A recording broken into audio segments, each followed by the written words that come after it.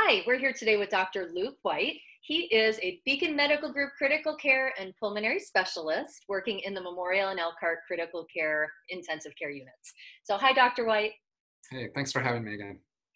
So non-essential businesses are going to start to reopen soon. Stores, restaurants, we are all going to be wanting to get back to normal, the way things used to be. But from a healthcare perspective, we know that when we're re-entering public spaces, we really need to be safe. So from that healthcare perspective, what do we know that can help guide our decisions? Thanks. Thanks for asking these questions because I think a lot of us still have questions ourselves. None of us, like we talked about the last time, have ever been through this before, and so there are still a lot of knowns and a lot of unknowns.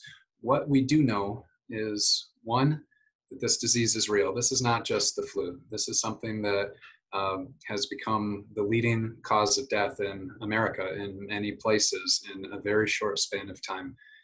It's killed older folks, it's killed younger folks, it's killed those who have been sick, it's killed those who have been perfectly healthy. This is unprecedented in any of our lifetimes. So this is real.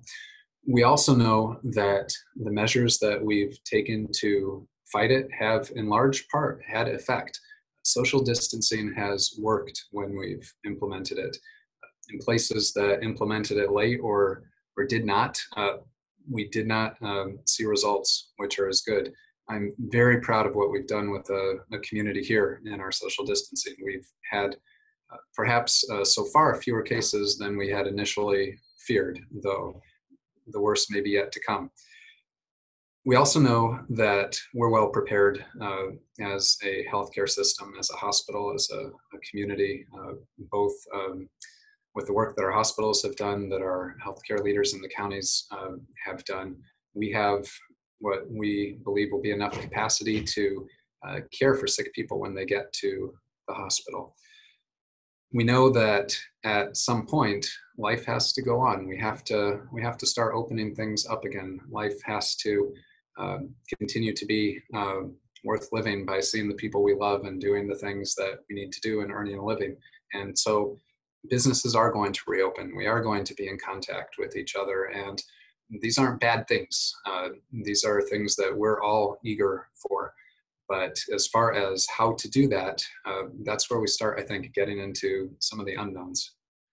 And that was my next question, actually, the tougher question. That is what we don't know that might make us pause and really consider our actions moving forward. Yeah, there's a lot that we don't know, not only about this disease in general across the world and across the country, but even in our own community.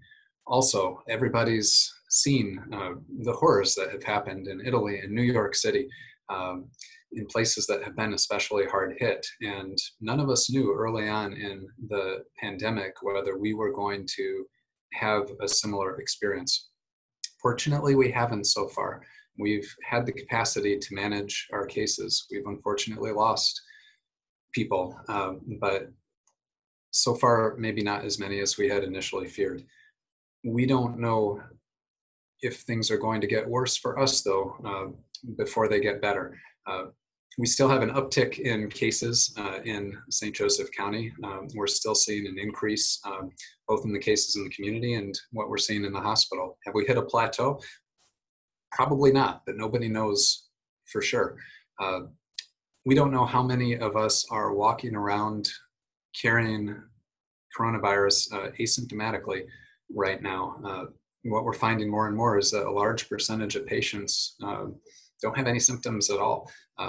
They are walking around, and luckily they do fine with it, but unfortunately they're also at risk of infecting other folks because they don't know that they're suffering from this.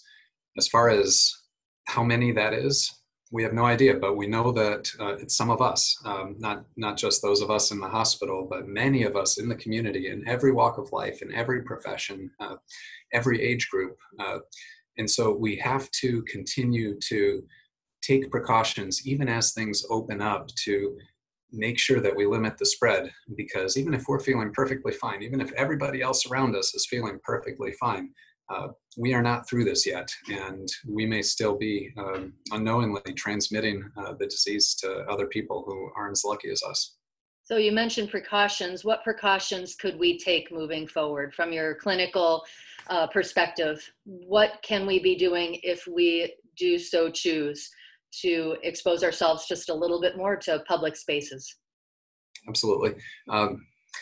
Everybody's read about what's happening with lockdowns in China and Italy and New York City. I was lucky enough to train on both of the coasts, but I'm born and bred in Michiana, and I hope to stay here forever. And what I can say about Midwesterners is that we value our independence. We're getting to a stage, I think, in the pandemic where some of that independence is going to be given back to us. Our local governments, our state governments are going to say, okay, it's time to loosen up these restrictions and you need to make good decisions. What we also value as Midwesterners, I think, is using that independence responsibly to help our fellow citizens. So that, I think, is where we have to make good decisions as we go forward. As we're told, you can go back and shop, you can go out to eat, you can start meeting other people. What does that look like specifically? And this is hard. This is a struggle. I went to the store for the first time in a long time to get groceries last week, and I caught myself. I was buying some meat and I picked it up and I looked at it and then I put it back down to look at another one, and I had to stop and say, my gosh, no, that was pre-pandemic behavior. We cannot do that. I have to remind myself, just be mindful. If somebody else is looking at the same thing I'm looking at the store, maybe go somewhere else and shop for the toilet paper before I shop for the meat. Come back, think about what I want. Maybe don't touch something. Make sure that I brought a mask with me to make sure that I can protect other people, not myself so much with the mask, but other people. To make sure that if I go somewhere, it's not where I'm going to be crowded in with others in a close space, but where there's room. And that might mean maybe not shopping at the big box realtor as often as I would have in the past, maybe going to shop at a local market, rebuilding those connections with folks who have not only had businesses that have disproportionately suffered during all this, but are really eager to help the community also and have more of those one-on-one interactions so that we're not only protecting each other with that extra space, but also helping to rebuild what's been damaged and lost over the last few months. So what you're saying is really the decisions that we are making for ourselves, we also have to remember that those decisions are affecting others as well. Absolutely. This is the great American way. We are independent, and we use that independence in the service of others. And we have an unprecedented opportunity to do that now.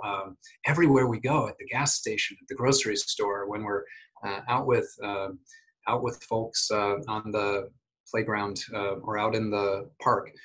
It might take a few extra moments of thought. We might have to restrain ourselves and not move in direction X as opposed to direction Y. It might be a few trips that we take to smaller stores. It might be shopping online or doing curbside pickup like many of us have done.